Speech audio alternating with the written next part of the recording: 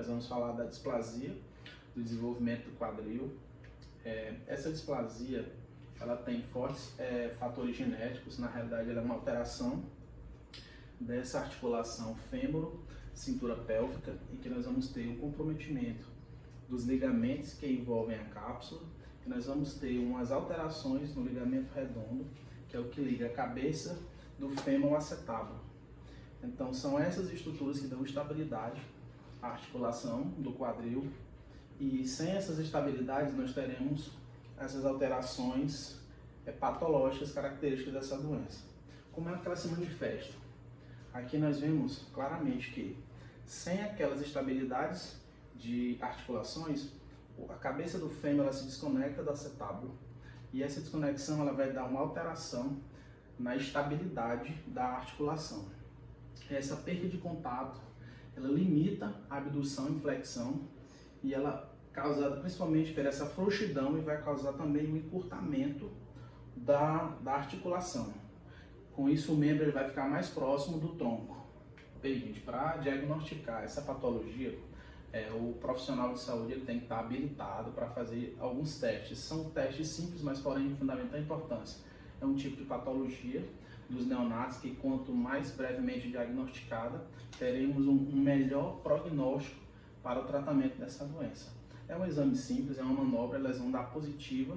Nós temos esses dois cientistas que desenvolveram esses testes, são testes de Barlow, que no caso eu tenho uma adução e uma aproximação do fêmur da cintura pélvica, e o teste de Ortolani, que eu vou ter uma abdução e uma flexão. Então, nessa de Ortolani, todas as duas serão positivas, e Ortolani caracteriza por um estalido. Esse estalido, ele é um fator de positividade para o teste. Acontecendo essas características, nós vamos à segunda etapa do diagnóstico, que seria a solicitação de exames de imagem. No caso de um neonato, até 4 meses a gente solicita uma ultrassom, devido ao pouco formação óssea não tão calcificada para ser melhor diagnosticada no raio-x. Após 4 meses a gente solicita o raio-x, e você já vai ver nitidamente já que a cabeça do fêmur já está deslocada da articulação devido à instabilidade. Como a gente vai tratar esse tipo de patologia? Até os 3 meses, do recém-nascido até os 3 meses, vai ter um suspensório, que ele vai fazer uma estabilização do quadril, inflexão e abdução leve. Vai ficar com essa característica. A criança vai ter que ser usada em tempo quase que intermitente, só tirando apenas à noite para fazer alguns asseios e tudo.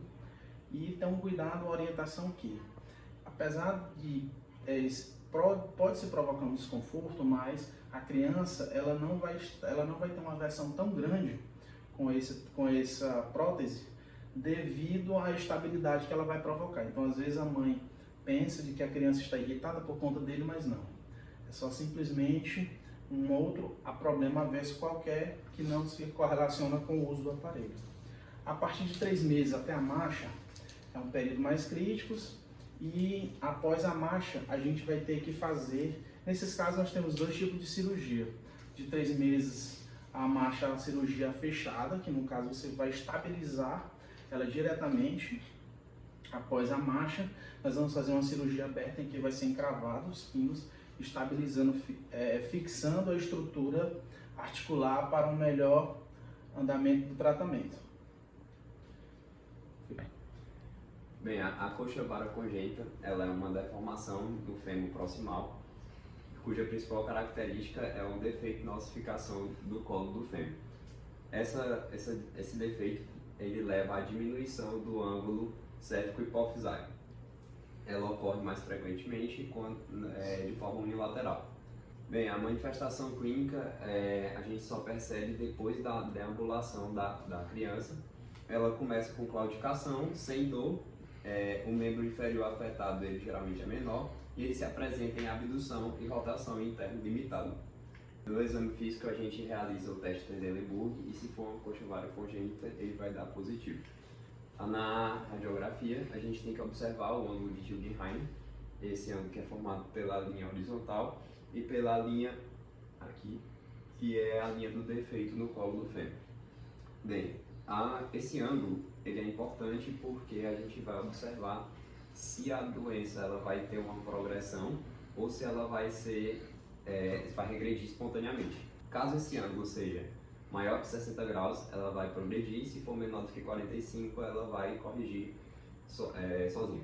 Se for entre 46 e 59 graus, esse ângulo vai estar na chamada zona cinzenta. E aí a gente vai adotar uma conduta mais expectante, sem poder falar para o paciente se vai ter uma melhora ou não do quadro.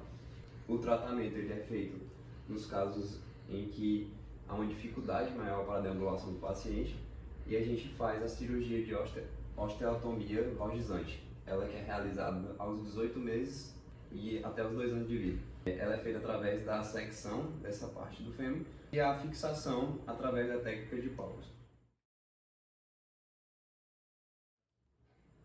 A gente vai continuar agora falando das alterações congênitas ainda, falando sobre a luxação do joelho.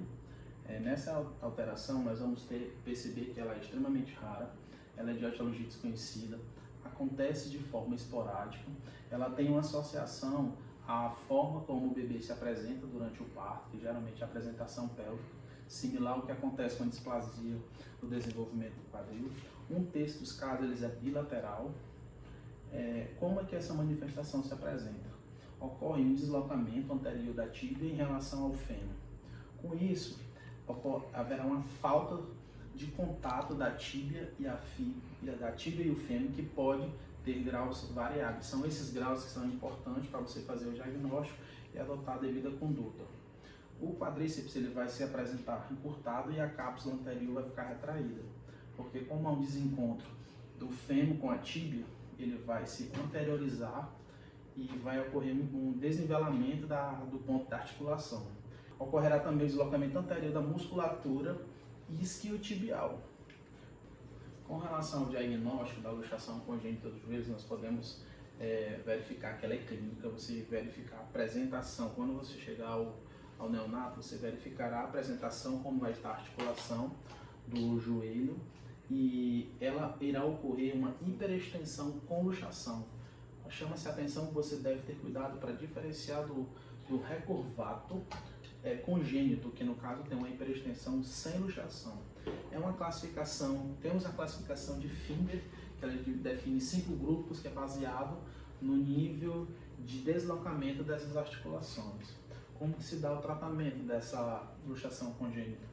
Baseado nos grupos de deformidade, que são aqueles grupos, 5 grupos de Finger. Então nós vamos ter medidas conservadoras para os 3 primeiros grupos, que ela visa reduzir a luxação e restituir a flexão. Nos casos cirúrgicos nós vamos ter aqueles irredutíveis, que serão o 4º e o 5º grupo. Na coxa, a gente vai começar falando sobre o fêmur curto congênito. O fêmur curto congênito ele se apresenta de diferentes maneiras. Ele pode ser desde uma hipoplasia até uma desorganização anatômica ou uma agenesia do fêmur. Ela ocorre principalmente na parte, é uma deficiência que ocorre principalmente na parte proximal do fêmur e ela, em 75% dos casos ela vem associada a outras deformidades congênitas. Devido a essa heterogeneidade do espectro da doença, a classificação de Aitken surgiu para ajudar a gente a classificar ela. Bem, na classe A, a gente tem um fêmur curto e na classe B a gente tem uma deformidade mais extensa e a ausência do fêmur proximal. Na classe C a cabeça já está ausente, o acetábulo ele já está gravemente displásico. E na classe D a diáfise extrema ela já está extremamente curta, ou até mesmo chega a estar inexistente. Bem, as manifestações clínicas, como eu falei, elas podem estar associadas a outras deformidades congênitas e elas podem se apresentar dessa maneira, com a coxa acometida encurtada e mais volumosa, apresentando uma rotação externa. Ela pode vir associada tanto à coxa vara como o joelho inválvulo. Esse joelho inválvulo devido à hipoplasia do côndilo femoral lateral. Os ligamentos cruzados do joelho eles vão estar ou hipoplásicos ou ausentes. E como eu falei, em 75% dos casos elas vão estar acompanhadas de outras anomalias. O diagnóstico ele é clínico, associado a uma radiografia, então o paciente já chega com um membro mais curto e a gente pede a radiografia só para a gente confirmar esse diagnóstico. E o tratamento ele visa deixar esse membro funcionalmente viável. E para isso a gente faz várias cirurgias, mas a gente tem que buscar sempre fazer o mínimo possível. E por isso a gente divide ela com o crescimento da criança. A primeira, que ocorre aos 2 ou 3 anos, é feita para a gente estabilizar o quadril. É feita a acetabuloplastia, associada à correção da retroversão do fêmur e da coxa vara, caso existente. Depois, alguns anos depois, a gente faz o alongamento do fêmur, associado à liberação das contraturas musculares, já que essa musculatura ela não vai estar adaptada àquele tamanho de fêmur. Nos casos mais graves, a gente faz uma plastia de rotação de von Nesso ou até mesmo uma amputação do membro.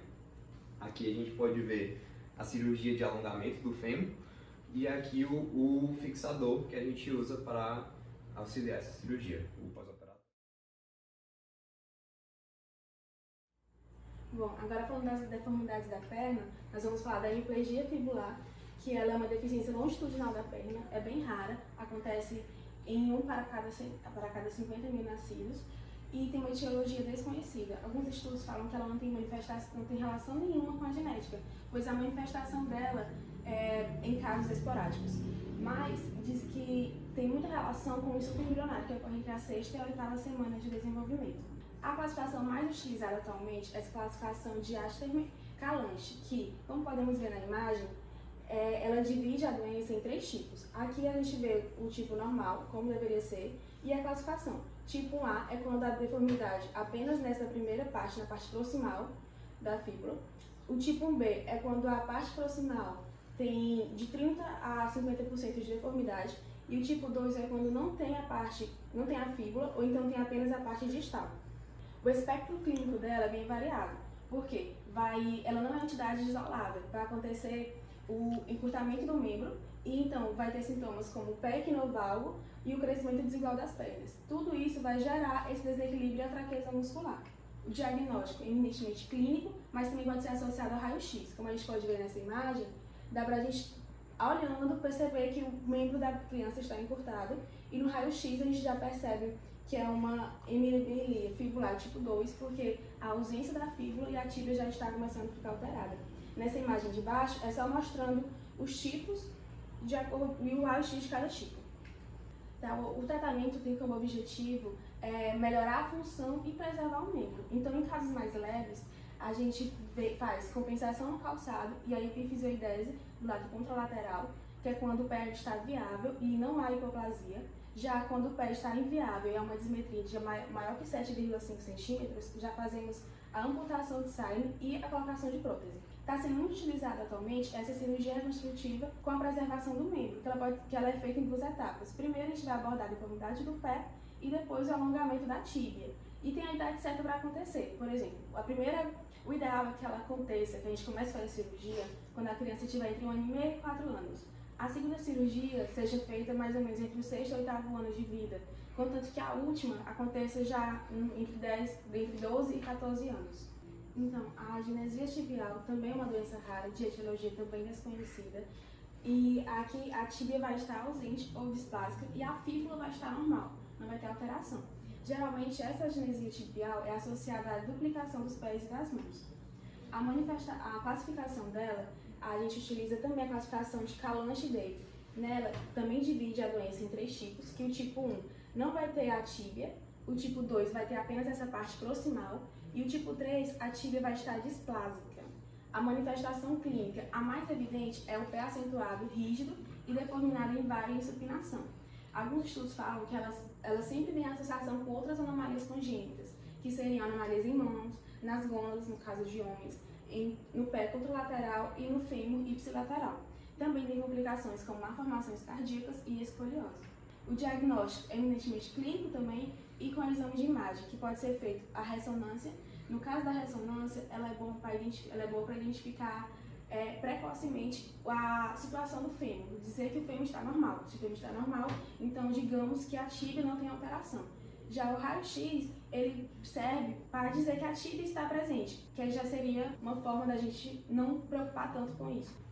O tratamento vai depender do tipo da classificação da doença. Então, no tipo 1, a gente faz a desarticulação do nível do joelho e a prótese, colocação de prótese. No tipo 2, além disso, a gente faz também a fusão cirúrgica da fíbula com a tíbia. E nesse caso a gente faz aquela cirurgia de reconstrução, que é mais ou menos semelhante à que tínhamos falado anteriormente. E no tipo 3, a gente faz a desarticulação do pé e também, posteriormente à cirurgia, a gente coloca a prótese. Essa cirurgia de centralização da fíbula, ela não é mais utilizada no momento. E aqui é aquela criança, depois já o estado pós-cirúrgico dela, que eu mostrei anteriormente para vocês, que ela não tinha fíbula, não tinha tíbia. E já tem o resultado dela.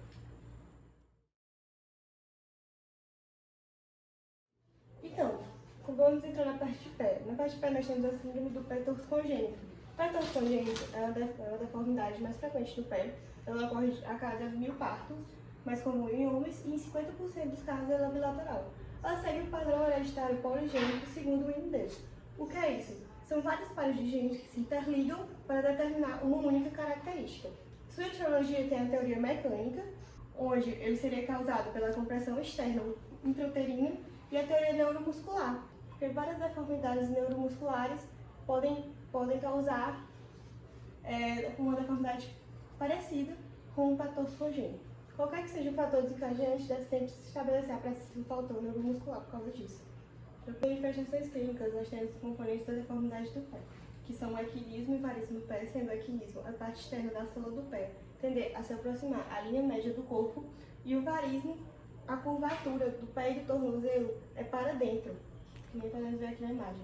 Temos também a adução e a supinação do médio e do antepé, o cavismo, onde o arco plantar é acentuado, e o calcâneo é hipoplásico. O diagnóstico tem a avaliação geral do recém-nascido para saber se tem outras deformidades, outros fatores neuromusculares que podem ter acometido. No caso do pé torto idiopático, todo pé torto idiopático ele é menor em comprimento e possui a panturrilha atrofiada. Ele apresenta diferentes graus de rigidez, o que vai determinar seu prognóstico. Quanto mais rígido, pior vai ser o prognóstico. E o exame radiológico não é uma prática de rotina. No tratamento, a gente vai utilizar o método mais comum a ser utilizado é o método de Ponseti, que é o gesso corretivo com trocas semanais. Ele é longo e guinopodálico, e quando você termina o tratamento com gesso, começa a usar o aparelho de Dani Brown, que é esse aparelho aqui. Entrando agora na parte de tarso, metatarsidez, nós vamos comentar sobre o pé fendido, a polidactilia e a sindactilia. No pé fendido, ela é uma deformidade congênita do desenvolvimento embriológico muito rara que acomete os dedos. Ela tem uma transmissão genética autossômica dominante, mais frequente no sexo masculino. Ela pode ser associada a outras alterações semelhantes, como o lábio aporino, o palato fendido, a sindactilia e o polegar bifurcado. O pé fendido ele tem uma divisão medial, por isso que ele é chamado de fenda, ou uma garra de lagosta. Ele tem a ausência total ou parcial dos dedos centrais. Os dedos presentes eles podem estar unidos ou interligados lateralmente pela pele e ter ausência ou atrofia de falanges, com o avanço, a alteração da marcha e de patologias do apoio. O tratamento dele é cirúrgico, de 8 a 18 meses, tem melhores resultados, e ele diminui a largura do pé através de uma osteotomia, e ele corrige a anormalidade dos dedos 6 meses depois. Bom, vamos falar da polidactilia. Ela é uma anomalia congênita, no qual há dedos supranumerários. Temos 5 dedos na mão, então nós temos um 6º dedo na mão ou no pé. A etiologia, ela é baseada numa teoria de transmissão genética, em que a transmissão é através de um gene dominante ou através de um gene recessivo com penetração incompleta. É 2 vezes mais frequente na raça não branca, e ela também está muito associada a síndrome de Down, escoliose congênita, displasia congênita do quadril, agenesia tibial e trissomia do 21. Ela tem algumas classificações. Uma das classificações é a classificação de Venn-Watson, né, em que ela classifica em polidactilia pós-axial, pré-axial e central. O que seria cada uma? A pós-axial, ela comete o lado ulnar da mão, ou seja, ela é um dedo extranumerário que está na parte medial da mão, né? Ou ela está no lado, na parte lateral do pé, né? Que é a região peroneal. Ou pode ser pré-axial, em que ela comete o lado radial, que é o lado lateral da mão, ou o lado medial do pé, e temos a polidactilia central, em que há um dedo extranumerário entre o indicador, o anelar e o médio. Aqui temos as classificações. Então temos a pré-axial, ela pode acontecer em bloco ou pode ser ampla, pode ser pós-axial em Y, em T, pode ser em ampla só que sendo pós e pode ser uma duplicação completa, como podemos ver. Também temos a classificação de Tourette, né, que é tipo 1, 2 e 3. Aqui é uma classificação anatômica quanto ao tecido ali existente. Tipo 1 é uma massa de tecido mole não aderida ao esqueleto. Ela pode ter ossos, cartilagem, mas ela não está aderida ao esqueleto. A tipo 2 é uma duplicação parcial ou total do dedo com componentes anatômicos que se articulam com o metacarpo ou falange, mas não é completo. A tipo 3 é raro, em que temos todos os componentes anatômicos existentes. Ele é um dedo completo, um dedo extranumerário completo, é muito raro. Aqui, como podemos ver, a clínica é muito fácil, muito visível. Você vê um sexto dedo no pé ou na mão. E o tratamento ele é cirúrgico e a gente sempre vai ver a função e o aspecto visual quanto a impacto psicológico naquele paciente, né? A gente faz a cirurgia para fazer essa ressecção desse dedo supranumerário e ver as possíveis fusões, porque havendo fusões, o planejamento cirúrgico seria outro. A sindactilia, né, ela é uma fusão parcial ou completa entre um ou mais dedos da mão ou do pé. Você tem 5 dedos, então você tem 2 dedos ou mais fundidos, unidos. O tecido mole está unido. A etiologia é uma transmissão genética que ocorre entre a 6ª e 8ª semana de desenvolvimento. É mais comum no sexo feminino, de 1 para 1000. É um distúrbio que ocasiona falha na separação dos dedos. Os dedos não se separam. A manifestação clínica, ela atualmente não causa um problema, diferentemente da polidactilia, que pode causar problemas funcionais e problemas no caminhar, do calçar, né? Habitualmente pode ter, né, fusão óssea das falanges e tem essa fusão dos dedos nítida na clínica. Como a gente pode ver, a gente consegue ver a união, a fusão dos dedos, uma fusão incompleta, e aqui conseguimos ver uma fusão das falanges, né? O tratamento ele é cirúrgico, não é indicado para os dedos dos pés. Por quê? Porque por ser uma doença que não causa problemas funcionais, então não temos indicativos, a não ser que causam problemas visuais, psicológicos ao paciente. Aí a gente pode pensar em fazer uma cirurgia. É realizada preferencialmente antes dos 2 unidades, para não ter contraturas, né, para evitar, né? Verificar a presença ou não de fusão entre as falanges, porque havendo fusão, o tratamento cirúrgico, o planejamento cirúrgico vai ser outro. Aqui temos a imagem em que a gente consegue observar a nítida separação pós-cirúrgica e ver como fica boa o pós-cirúrgico de um paciente desse.